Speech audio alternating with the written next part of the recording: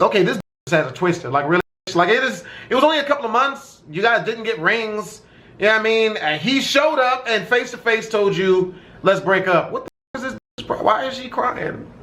Yeah, I get it. It sucks. This isn't a horror breakup story. That's a nice thing. At least he didn't lead you on for 4 years of marriage. I was dating a guy for 3 years and things were getting pretty serious. We had already bought an engagement ring and he bought me a promise ring for my 21st birthday. Things started to get rocky when he told me he wanted to go to 3 or 4 video game competitions a year. As we were getting more serious, I was thinking about the future and what that money could go to.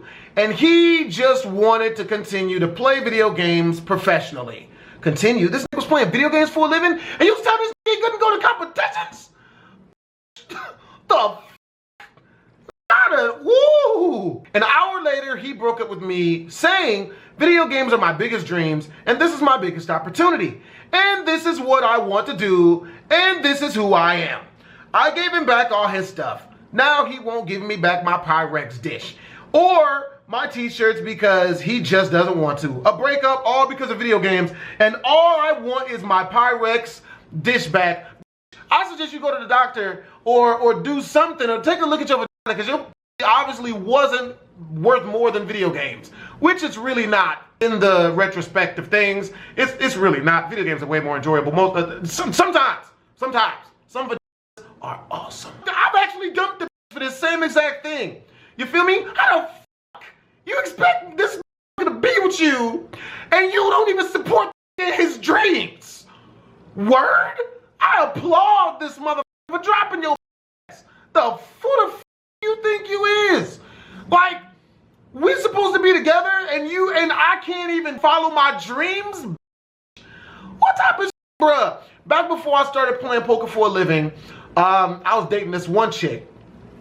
And she was telling me, she kept coming at me about how, oh, poker is not a real job and it's not real money, it doesn't count, and how I need to get a real job. It's crazy how this day and age, consider Wendy's or being a janitor as a real job, and being a professional poker player or making YouTube videos or any other way of starting your own business is somehow f***ing up. You know what I mean? Bruh, I dropped this so fast and she had these spring break titties. I dropped the out of this. Look, if you don't get the out of here. And what's crazy is I played poker professionally for 4 years after that. You know what I mean? I had my own place. It was a roach infested apartment, and I had my own car, which was a shitty 1996 Toyota Corolla. But I like stuff that I could never afford to have when I worked a real job. You know what I mean? People told me out. People told me that when I first started doing YouTube videos. What do you mean you want to do YouTube for a living? You better go get a real job. You know what I mean? You're up. It's like, word. It's crazy to me how motherfuckers will legit push their views on what a real job is and what wasting money is on you, and if you don't follow it, somehow you're crazy. That's like somebody coming along and being like, I think people who smoke weed are huge sacks. It's not like this motherfucker was trying to start up a cocaine selling business or build a meth house or even start doing drugs or smoking weed or robbing houses. The motherfucker wanted to play video games for a living, and at this injury, he was already doing this shit. So you mean to tell me you're gonna come in a relationship and literally get in the way of my dreams? Good day. To the left, to the left. So I'm about to jump in the shower and my boyfriend texts me saying that he's going to head over early. The night before we had plans to go out. A little while later, he pokes his head into the bathroom to let me know that he was there and that he'd hang out in my room and wait for me. I get out the shower all wrapped in a towel, open my door, and he's there sitting on the edge of my bed with a piece of paper on his hand. In his hand. I was still in my towel. You're breaking up with me, aren't you? He shakes his head. Yes. I wrote you a letter. Do you want to get dressed first? A letter? You're breaking up with me in a letter? What the f***? Just read it. Read it in front of you? So yeah, I read it. This jerk didn't even rewrite the letter. There were words scratched out. Favorite one was, I don't love you anymore, when the original line clearly said, I don't love you as much anymore. I read the whole 2-page letter in my towel while he said absolutely nothing. Yeah, that's kind of weird. Why would you write a fucking letter? Just tell her. Why would you have the balls to show up and not just tell her how you felt? Instead, read her a letter. That makes no sense. Things were so good. Like, we were really happy and in an actual committed relationship.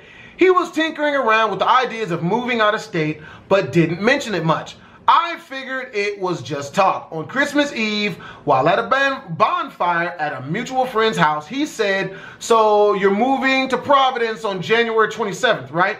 Without missing a beat, he replies, "The 29th. Driving up with my friend and going on tour." I'm like, huh? What? I confronted him about it later and tried to break up with him. But he assured me that we could work through the separation. He said, "Give it a year. You never know what could happen." I don't want to break up over this. He moved. We stayed together, lots of FaceTime dates. Once he felt settled in, I made arrangements to go up and visit him for a week in March. Things had been going really well, and I was investigating moving to Providence.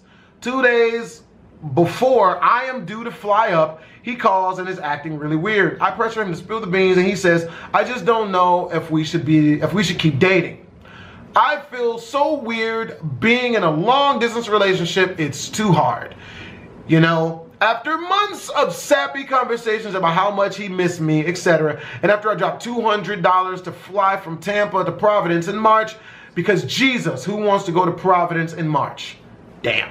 Okay, that one makes a little bit more sense. Like, because at first I was like, oh man, these have got to be some of the most up, juicy breakup ever, right? Like, it's got to be really horrible things. And it's like, because usually breakups look bad for dudes, but these are just making the chicks look like, kind of like idiots. Except for this last one, I can see that. I spend all this money on plane tickets, and you tell me we're supposed to be staying together long distance, you know what I mean? And then you're gonna have to break up with me any goddamn way after I spend the money? You son of a...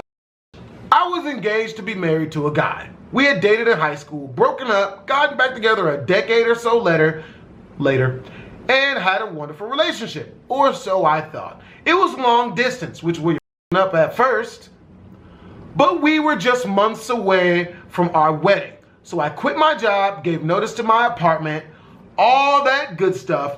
Days later, he calls me and says, "I love you, but I don't want to marry you or have you move down here." Oh, that's f***ed up. Completely devastated, but after running away for a week, my boss gave me my job back and my landlord was cool. Things were slowly getting back on track. Then I got a call. I had won one of those damn win the dress of your dreams contests in Bride magazine. I asked them to give it to someone else.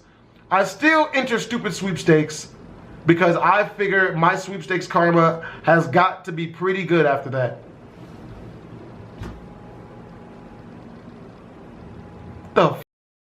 After about a year and a half of dating, my boyfriend ghosted me. He completely stopped talking, responded to me without an explanation. This was 3 months after we graduated from college and we were living 6 hours apart, so I couldn't just drive to his house. 2 months later, I went back to visit. Damn, you waited for 2 months? I went back to visit a friend. He still lived in that city and with his parents, damn. So I made a surprise visit to his house. We talked, had dinner, and he explained some things. Over the next few weeks, we worked things out and we're officially back together. Mistake number 2. Actually, number 3. Dating a nigga who lived with his parents. He came to visit me for a week during Christmas. Then we had our 2-year anniversary in March and everything was going great. Until he did it again. No explanations, no call, no text, no responses, nothing. So I guess this technically isn't a breakup story because he never had the balls to actually break up with me. Yeah, you all the way up. I don't know why you would continue dating this after he did it to you beforehand. You know what I mean? Like, it's not like he was a pick of the litter. Live with his parents. Shit, I can only imagine he's over the age of 22. You know what I'm saying? But yo, hope you guys enjoyed these stories. They were cool. I thought they'd be a lot more up than that. You know what I'm saying? But I like hearing of other people's horror dating stories because at least it's not me getting over again this time. If you guys want to watch the original video, well, at least read the original post. The link's in the description down below. Hopefully. Twisms!